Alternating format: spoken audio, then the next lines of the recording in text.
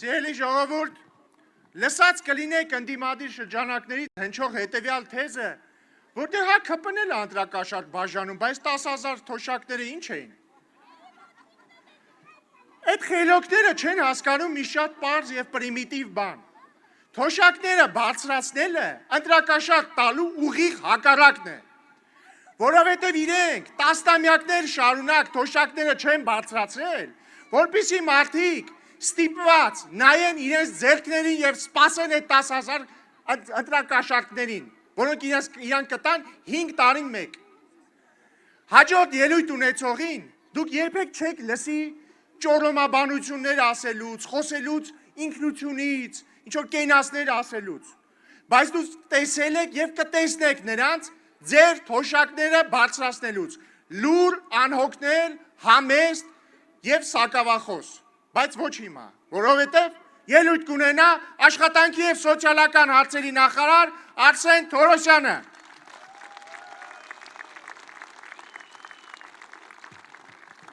Արմավիրի սիրելի եւ աշխատավոր ժողովուրդ ողջույն։ Մենք այսօր շատ դրական լիցքեր ստանալով ձեր մարզից եկել ենք ասենք, որ տեր ենք կանգնելու խաղաղությանը, տեր ենք կանգնելու մեր պետությանը,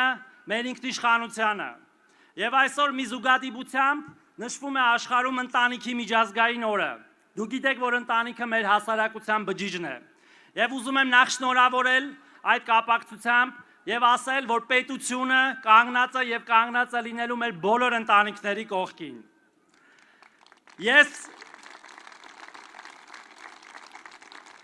Ես երեք մի քաղաքացու եմ հանդիպել Երևանում, ով ասել է ինձ հետևյալը.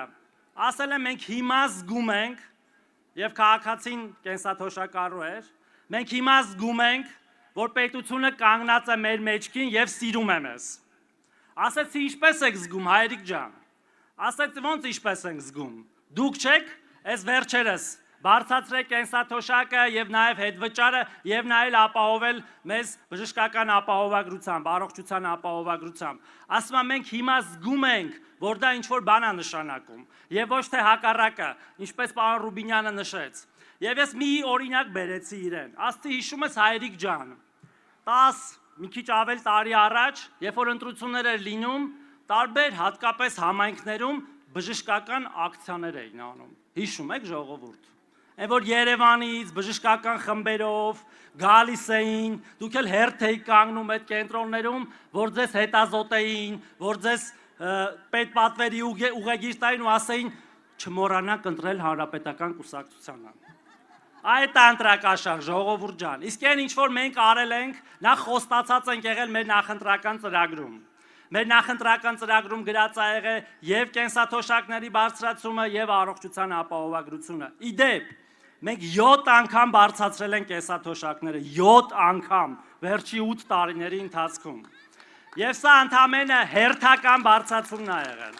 Հերթական բարձրացումն է եղել։ Ավելին, մեր նախընտրական ծրագրում ֆիքսված է, որ գնաճին համընթաց տեղի է ունենալու կենսաթոշակների ինդեքսավորում, որ դուք այլևս երբեք չստանաք այնքան կենսաթոշակ, որ այն նվազդինի նվազագույն սպառողական զամբյուղից։ Եվ դա հենց պետության սերն է ձեր նկատմամբ, եւ ձեր սերը պետության նկատմամբ, որտեղ մեր աշխատավոր հարկ վճարող քաղաքացիների շնորհիվ այդ գումարները գոյանում պետական բյուջեում։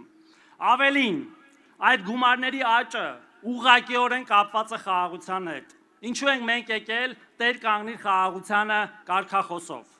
Շատ պարզ պատճառով, որտեղ դրանից է բխում ամեն ինչ։ Առանց խաղաղության չի լինելու զարգացում, որը դառնալու է ձեր բարեկեցությունը։ Մենք տեր պետք է կանգնենք այդ խաղաղությանը, տեր պետք է կանգնենք մեր պետականությանը եւ ինքնիշխանությանը։ Դրանով ենք մենք մեր երեխաների ապահովելու կայուն ապագա, մեր ընտանիքների մյուս ամենակարևոր անդամներին, մեր ավագ սերնդին եւ երեխաներին, եւ նաեւ ներծուկ են կանգնելու այն ընտանիքներին, որոնք որ ունենում են երեխաներ։ Նույն նպաստը երրորդ եւ հաջորդ երեխայի։ Այս վերջերս ինչ որ թվեր են հրապարակում, ասում են ամեն 4-րդ ծնվող երեխային 2 միլիոն դրամ ենք տալիս, լսել եք։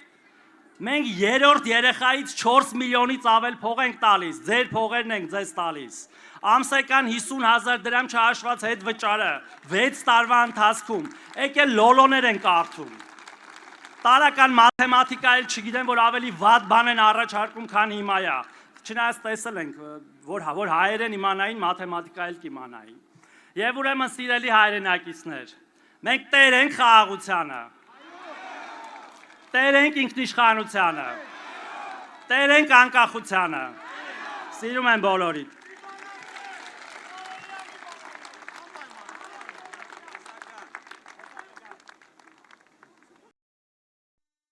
Հավանիր տեսանյութը և բաժանորդագրվիր նորությունները բաց չթողնելու համար։